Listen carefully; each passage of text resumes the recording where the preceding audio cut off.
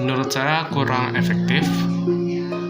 Kenapa begitu? Karena di saat kita belajar secara daring pasti memiliki kendala-kendala pada saat kita belajar. Seperti misalnya gangguan pada jaringan, tidak adanya kuota internet, dan lain-lain.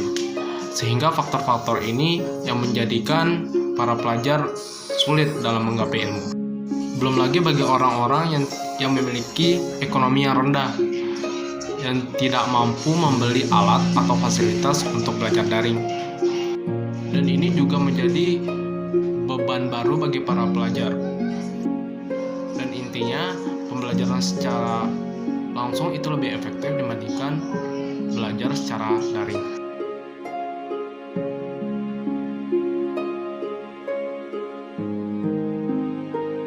Lantas apa dampak pembelajaran daring terhadap saya selaku mahasiswa? Belajar daring itu berdampak baik dan juga berdampak buruk terhadap saya. Dampak baiknya yaitu saya tidak terlalu capek dalam belajar. Kenapa demikian?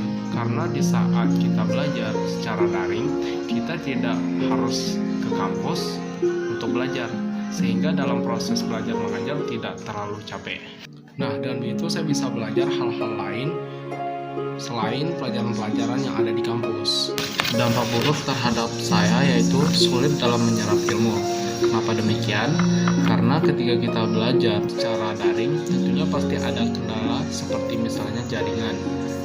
Jaringan jelek, tentu ini akan mengganggu kita dan ini menyebabkan suara pengajar tidak jelas sehingga sulit untuk saya dalam memahami materi.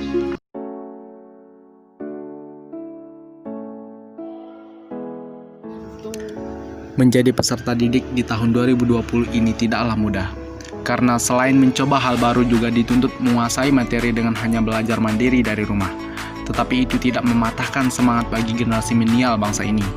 Para pelajar pun antusias dan semangat walaupun awalnya masih asing dengan pembelajaran online ini. Saya berharap semua masyarakat bisa menjadi lebih baik dari sebelumnya karena sudah memasuki new normal. Dari sini kita bisa jauh lebih kreatif untuk mengembangkan kemampuan di bidang penguasaan materi maupun teknologi, berekreasi sebaik mungkin, memotivasi diri sendiri, dan orang banyak adalah keinginan saya di tengah masa pandemi ini berlalu.